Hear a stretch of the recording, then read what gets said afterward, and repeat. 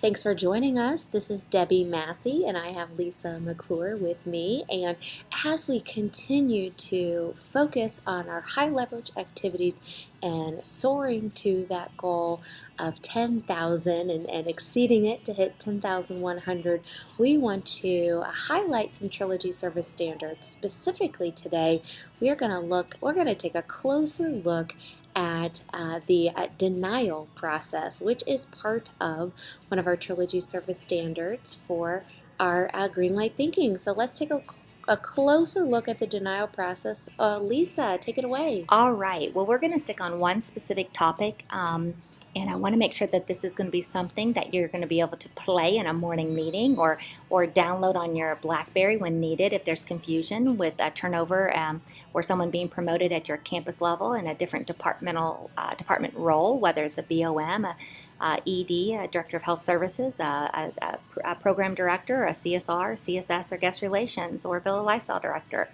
We want to make sure that you're going to be able to pull this out and use it, and it's convenient for you. The denial process is very, very simple in our company with Trilogy.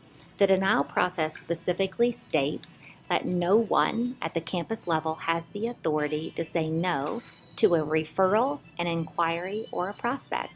So what that means is that we must follow the denial process on every referral, inquiry, or prospect that would like to move into any service line. And I repeat, any service line. So that means if someone's wanting to move into our villas and they have an elephant that weighs 500 pounds and they would like to move in and they were evicted from their last home and their home is on auction in the local community and they're aware of it, that you clearly are going to want to try to deny this person. But the reality is the denial process must go through the proper procedure, which we're going to discuss in just a second. The exact same thing would be if it's for an assisted living person who is under home incarceration that has an ankle bracelet. They have a security guard, and there are 5 restraining orders on the 6 family members that are out to get them. The denial process must continue to occur. That would be the same thing as if someone's in the health center and they're 25 years of age, no payer source, and they also have a full-time sitter, 2 sitters actually, 24 hours a day, and they are actively suicidal. What that would mean would be, clearly those examples are pretty far-fetched, and I know Debbie Massey has herself on mute because I can see her face and she really is laughing. I'm trying to make sure that everyone is hearing. Even for those clearly black and white situations, from a clinical and a financial decision, it's a no-brainer that this will clearly be a no, we're not taking them. Those must be documented, they must follow the same process, and then they must be recorded in the CRM as a denial and basically who approved the denial. The reason why we are doing this, and I'm starting this with such far-fetched examples, is that we have the denial process in place for a reason, and we've taken the authority away from the local campus team members. And this has been since I've been on board, which is 13 and a half years. The denial process has always been in place. We want to make sure that the executive directors and director of health services, the BOM and the marketing team and sales team understand that we want them to focus on the care that's given and be prepared to keep our customers, raving fans, and the family members happy. That's a big job. We want to stand with them on the decision to say no when needed. Mm-hmm. And it also will illuminate if there's another opportunity. So now let's back it up a bit. There might be a time when we were wanting to request the denial because the person appears to be a little more clinically complex to us. One example that comes to my mind is something called a Trilogy vent. A Trilogy vent actually is a brand. It could be a Trilogy vent as well as it could be a McDonald's and Son vent. People were confused about that, and we were requesting a denial because we thought it was something we couldn't handle. It really truly was more of like a passive airflow, like a BiPAP CPAP machine. Debbie, don't laugh, and the clinical folks on the team don't laugh. But we found out it was really something quite simple that people use at home. And most of the times they're already paid for, and they just bring them with them. So by requesting the denial, one of the clinical support folks said, I know I heard about this in another big urban market. Let me reach out to my counterpart. And within seconds, maybe a minute or two, they got back and told us we can take them and here's how. And we had the company came in and they did some education and training, and that's success.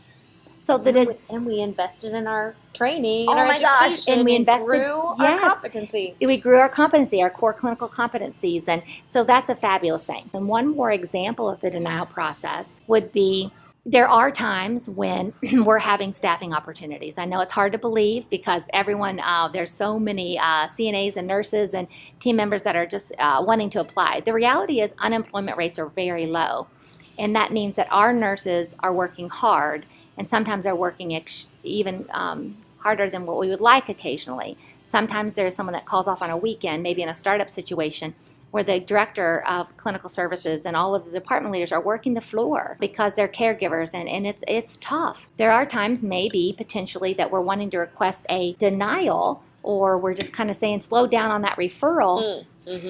Because we are short maybe a few positions and we don't want to have that opportunity. We want to stress, and Debbie, you put this to me really well, and I'm going to repeat it and then I'm going to see if you can mirror it back to me, that by following the denial process and letting people know it's truly a staffing opportunity isn't a sign of weakness, it's a sign of a strong leader. And that will allow us to either be able to pull team members in from other campuses, either help with recruiting, because we would never want our campuses to take someone that we weren't prepared to take care of, whether it's because we didn't have the clinical competencies or the team members to do so. But if we're not following the process, we're not aware of those, and it allows us to be able to identify, either educate, improve our competencies, identify maybe a root cause that we maybe need some additional staffing on a particular shift or hall, or it goes back to understanding trilogy and the standard, and that we don't want to cherry pick our referrals, that our goal is a full house as long as we can meet their need. Yeah. So Debbie, I know you can tell I'm stirred up. I haven't even told people what they need to do about the denial process. We're going to do that at the very end. I'm trying to illuminate with the elephant story and the ankle bracelets. There are many times when it's cut and dry, but even in that situation, they have to follow it. Yeah, and I like that you showed two extremes, because you showed that, it seems obvious, everybody's going to see very clearly that extreme situation, but sometimes that example, like the staffing, that's not as clear and it's not as easy, because we do look for ways to say yes,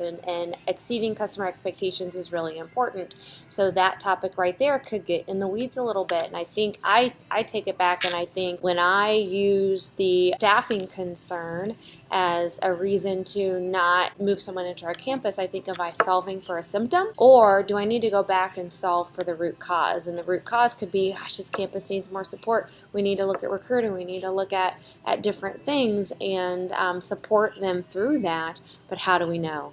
Absolutely. If we don't address that and support that, and that is our business is to care. Absolutely. For people. Absolutely. Our team members as well as our employees and families. Absolutely. So today we are talking about the denial process, and I want to make sure that we are sharing the Trilogy Service Standard. We are talking about the process, not because we've owned and written the process, but we're the champions of communicating the process out. This is a Trilogy Service Standard. You heard and will continue to hear some great examples of something that is cut and dry that we will deny, but the campus level does not have the authority to deny, as we shared earlier. And even if it seems cut and obvious. dry, even if it seems obvious. We have to make sure that it's documented, and it must be put in the CRM, and the emails must be sent.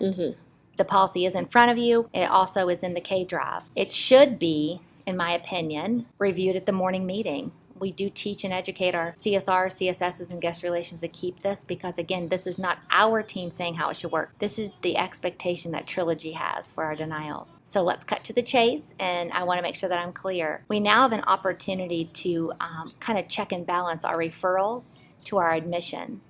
And we are seeing a few denials that have made it to the denial process that haven't made it into the CRM. That is not acceptable. Every referral, inquiry, and potential resident needs to be listed into the CRM, and every denial that is requested needs to be followed the process. Clear to me. Clear to me. Thank you. Thanks for the refresher.